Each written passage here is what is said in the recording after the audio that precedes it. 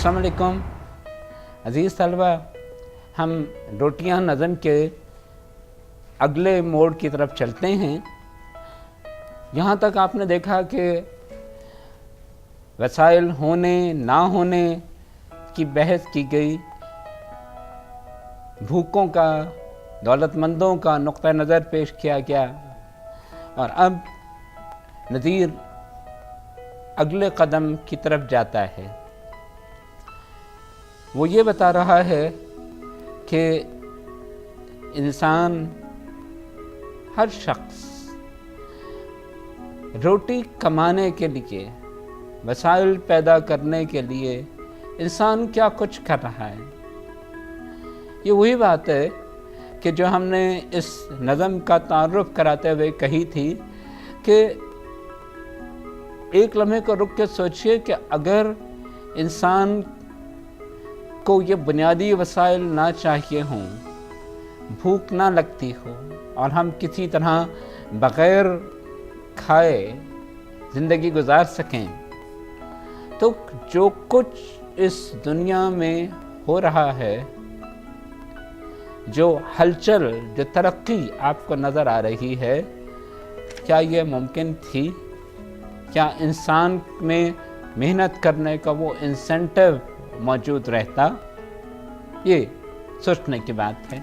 लेकिन नज़ीर एक बहुत आम मुशाहिदे की बात करता है कि लोग क्या क्या रूप इख्तियार करते हैं सिर्फ रोटी कमाने के लिए, सिर्फ अपना वसीले रोज़गार हासिल करने के लिए। इसलिए कपड़े किसी के लाल हैं रोटी के वास्ते, लंबे किसी के बाल हैं रोटी के वास्ते, बांधे कोई रुमाल हैं रोटी के वास्ते, सब कश्फ और कमाल हैं रोटी के वास्ते, जितने हैं रूप सब ये दिखाती हैं रोटियां। जो पेशा इख्तियार किया जा रहा है वो दरअसल रोटी ही कमाने का अंदाज है। सुर्ख कपड़े फौजी, आमतौर पर जो ब्रिटिश रॉयल इन्फेंट्री, वो रेड ट्यूनिक पहना करते थे, या उनकी जो लिबास का रंग था वो सुर्ख था। इसीलिए जो लोग कम से कम पाकिस्तान में जो मौजूद हैं वो लाल कुर्तियों से वाकिफ़ होंगे। तकरीबन हर कैंट में एक इधर लाल कुर्ती पाई जाती है, फ़ौज का लिबास। और उसके अलावा भी जो मुख्तलिफ रियासतों की फ़ौजें थीं, उसमें भी रेड कलर फ़ौज के लिए एक आम बात थी। इसलिए कपड़े किसी के लाल हैं रोटी के वास्ते। लंबे बाल, बुनियादी तौर पे मजहबी तबका वो थोड़े से लंबे बाल रखते हैं। बांधे कोई रुमाल हैं, रुमाल बांधना, इस हवाले से जब हमने तहकीक की तो दो बातें सामने आईं। एक ये कि जो लोग कातिल थे, ठग थे, वो रुमाल बांधा करते थे ताकि उससे वो लोगों का, मासूमों का गला घोंट कर उन्हें कत्ल करें। एक वो। दूसरे मजदूर कि वो अपने आप को धूप से, गर्मी से या वज़न उठाने के लिए अपने सर पर रुमाल बांधते थे। सो रुमाल बांधना सब कश्फ और कमाल हैं रोटी के वास्ते, जितने हैं रूप सब ये दिखाती हैं रोटियां। जो पेशा इख्तियार किया जा रहा है ज़िंदगी में, जो एफर्ट की जा रही है, वो सब रोटी के लिए है। रोटी से नाचे प्यादा कवायद दिखा दिखा, अस्वार नाचे घोड़े को कावा लगा लगा, घुंघरू को बांधे पैक भी फिरता है जा बजा, और इस सिवा जो गौर से देखा तो जा बजा, सौ सौ तरह के नाच दिखाती हैं रोटियां। नज़ीर 3 अफराद का जिक्र करता है, और दिलचस्प बात यह है कि ये तीनों बादशाह से रिलेटेड हैं, बादशाह के हरकारे हैं। प्यादा, सिपाही, अ फुट सोल्जर, एक आम सिपाही। कवायद दिखाना, कवायद परेड को कहते हैं। जो सिपाही परेड कर रहा है वो भी बादशाह की वफादारी में अपनी जान देने को तैयार नहीं, दरअसल वो भी अपने लिए कुछ रोटी कमा रहा है। जो सवार है, सवार जो अफसर है, जो घोड़े को बड़ी शान से दायरों में दौड़ा रहा है, कावा लगाना, घोड़े को दायरों में दौड़ाना, वो उसको कावा लगाना कहते हैं, कि जो बड़ी शान से सवारी के करतब दिखा रहा है, वो भी दरअसल अपनी रोटी कमा रहा है।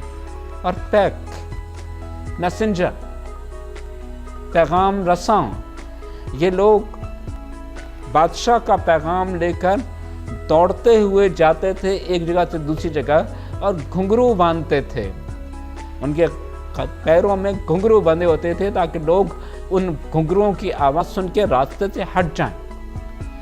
जो हड़कारा, जो मैसेंजर जान तोड़ के दौड़ रहा है कि बादशाह का पैगाम मैं पहुंचा दूं, दरअसल वो भी रोटी कमा रहा है। वो बादशाह से वफादार नहीं, वो अपने पेट से वफादार है। उसको अपनी भूख मिटाने के लिए कुछ जद्दोजहद करना है।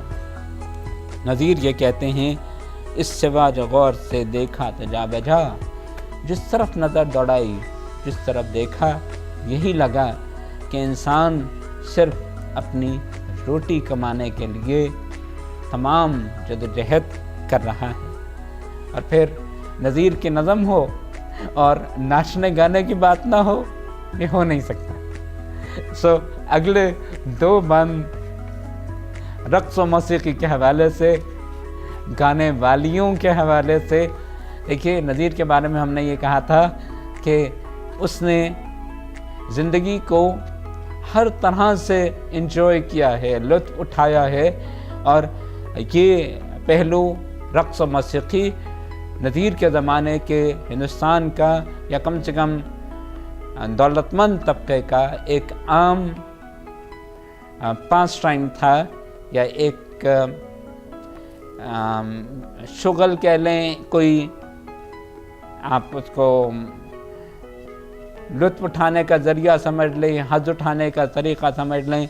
ये उनकी एक रिक्रिएशन यही थी, तफरीह यही थी। इसलिए रोटी के नाच तो हैं सभी खल्क में बड़े, कुछ भांड भक्तिये ये नहीं फिरते नाचते, ये कंजरियाँ जो नाचे हैं घूंघट का मुँह पे ले, घूंघट न जानो दोस्तों तुम ज़नहार उससे, इस पर्दे में ये अपनी कमाती हैं रोटियाँ, और वो जो नाचने में बताती हैं भाव ताओ, चितवन इशारों से कहे हैं कि रोटी लाओ, रोटी के सब सिंगार हैं, रोटी के राव चाओ, रंडी किताब क्या जो करे इस कदर बनाओ, ये आन ये चमक तो दिखाती हैं रोटियां। अजीज तलबा, ये दो बंद मैंने इकट्ठे पढ़े हैं, बंद नंबर 13 और बंद नंबर 14। इनको इकट्ठा इसलिए किया कि तसव्वुर एक ही है।